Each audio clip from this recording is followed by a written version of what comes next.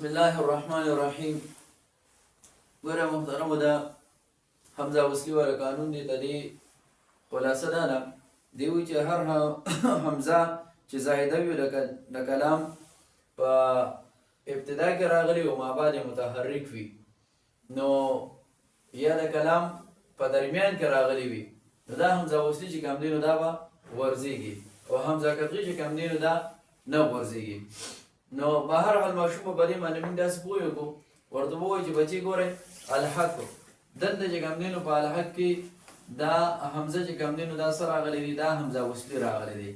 اوس دا حمزه وصلي چې کوم دی نو موږ لاندې راوستلو ته دې الحق نه مخکې بله کلمه راغله نو دا څه شو کل الحق شو. نو دا حمزه وصلي په درمیان د کلام کې راغی نو چې کله درمیان د کلام کې راغی نو موږ قانون ووي چې حمزه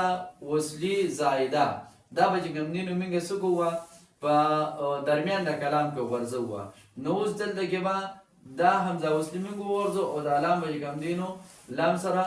یو ځای کړو نو دا به څه شي کولې لحق کو لام لام ځای لیل نو دا حمزه وصلي درمیان نه څه شو دا ختم شلو. او دویم شرط ورته دا دی چې دا حمزه وصلي راغلي په کلام د ابتدا کې او د دې نه پس چې کوم حرف وي نو هغه متحرک وي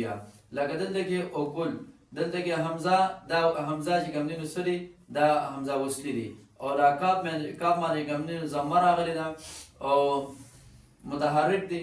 نو دا حمزه به موږ څه کړو دا به وغورځو نو د دې نه به څه جوړ شي د دې نه به چې کوم دی نو کل جوړ شي او حمزه قطعي دا چې کوم دی نو نه غورځېږي. ماشوم ته د بهر حال حمزه قطعي دا نهه قسمونه چې کوم دی دا ورته ووایو حمزه د باب افعال چې کوم دی او حمزه د واحد متکلم چې کوم دی او حمزه د استفهام چې کوم دی وغیره دغه شان نور څومره د دې قسمونه چې دي نو هغه ورته وښیو ودلیکو ورته او هغه کې د ورسره په دې کې د ورسره کوم دی نو اجرا وکړو چې دې ځای کې به دا حمزه وصلي څه کېږي دا به یې کوم دی نو ورځېږي به.